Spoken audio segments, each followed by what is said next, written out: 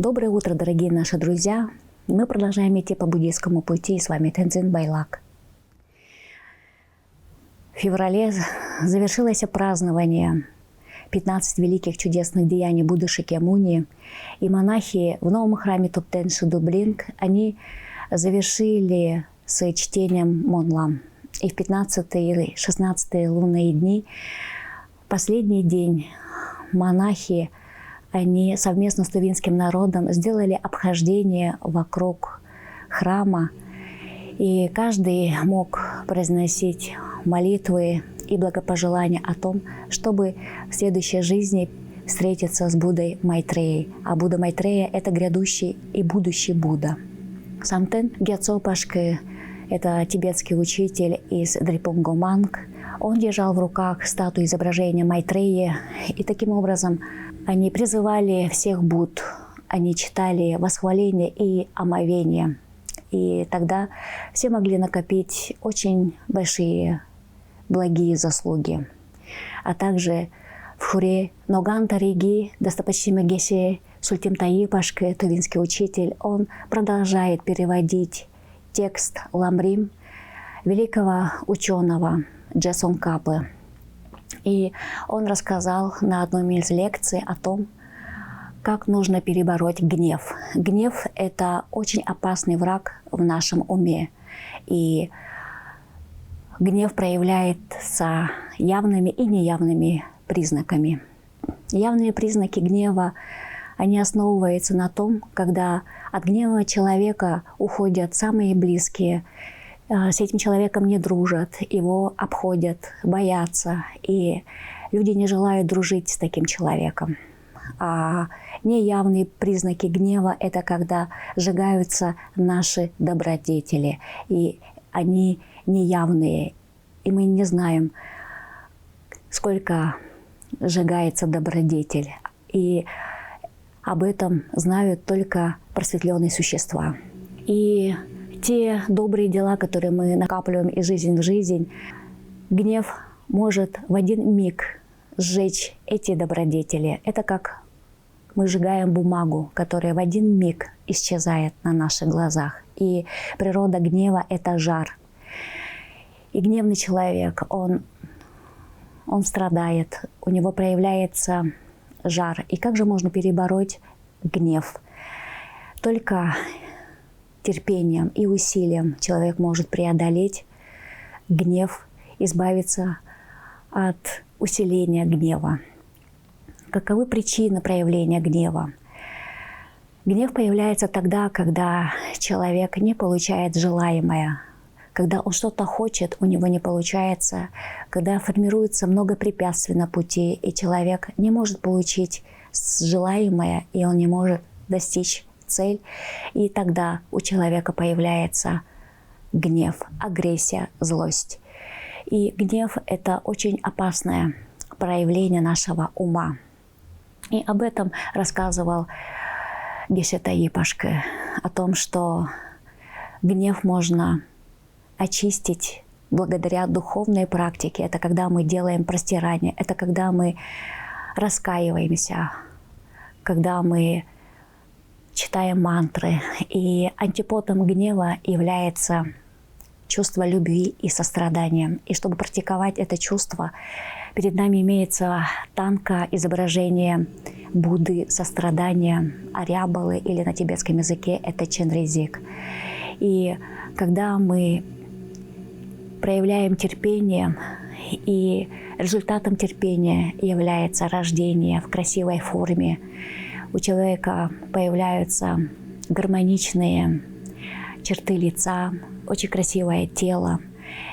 И терпеливые люди, они могут сдержать негативную карму.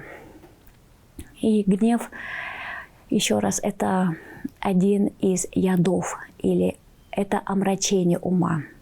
И чтобы перебороть эти омрачения и очистить клещи, очистить недостатки своего ума, многие верующие буддисты, они принимают обеты. Мы знаем, и мы говорили о принятии обетов генин. это мирские обеты. И каждый может получить эти обеты. И когда человек соблюдает эти обеты, его ум успокаивается, он становится очень сосредоточенным, дисциплинированным. И обеты, они связаны с нравственностью. А также в последнее время те монахи, тувинские хураки, которые уезжают в Дрепунгуманг, они также получают духовные обеты, как кечил на тувинском языке и хелин. Кечил – это соблюдение 36 духовных обетов, а хелин – это более 200 обетов. И 24 февраля у Камбыламы Дрепунгуманг Джимбе Гетцо получили 2 обета кечила, а также у его святейства Далай-ламы 14-го в его резиденции получили обеты хелин 3 наших тувинских хураков. Это Баву Алдар Хертек Чингис и Пайкара Булат. Эти монахи, они обучаются в монастыре. И с каждым разом, когда человек получает эти обеты, то это облегчает учение. Человек ближе становится к дхарме, к учению, ему проще продвигаться по духовному пути. И соблюдение кечил и хелин главным условием является безбрачие. Эти монахи, они обещают, что они посвятят свою жизнь только дхарме. И это обещание берется один раз в жизни. И если человек, он передумывает в своей жизни, он обратно сдает эти обеты и начинает жить домохозяином, жить мирской жизнью.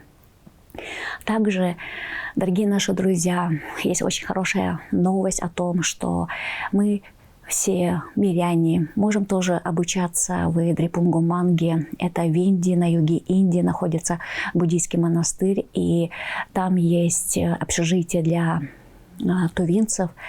И все желающие, кто желает получить духовные знания, кто хочет больше понять о практике, о буддийской философии, обучении, то нужно принять решение и поехать учиться туда. Собирается группа в количестве 10 человек, и все те желающие, которые хотят поехать на обучение в течение 1 или 2 месяцев, то вы можете позвонить по телефону 8 995 517 09 79 и узнать о всех тех условиях, как можно обучаться, чему можно обучаться. И согласовав все действия, получив разрешение от Управления Камбыламы Республики Тыва, от нашего духовного лидера Тувы Гелекнацик Торжу, согласовав все действия, таким образом мы можем поехать и получить знания о Гесел Харамбы, от докторов буддийской философии, от посвященных монахов.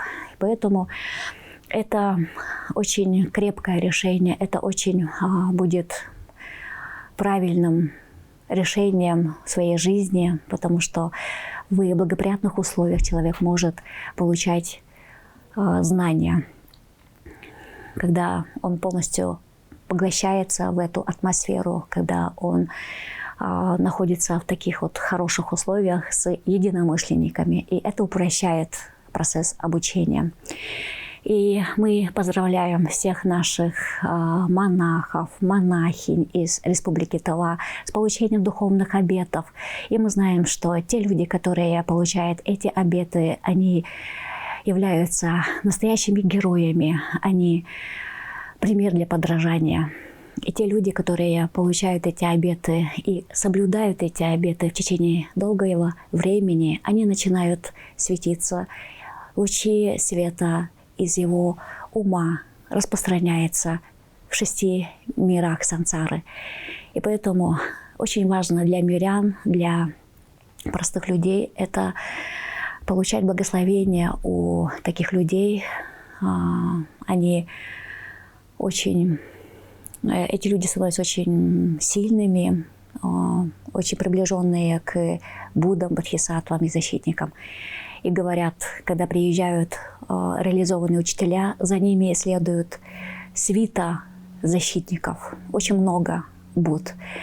И мы с белыми кадаками подходим к учителям, преподносим эти кадаки и принимаем от них благословения. Приглашаем всех на учения, на все мероприятия, которые организовываются в нашей республике, в наших храмах. И звоните по телефону. Если есть вопросы, задавайте. Приглашаем всех на все учения. До свидания.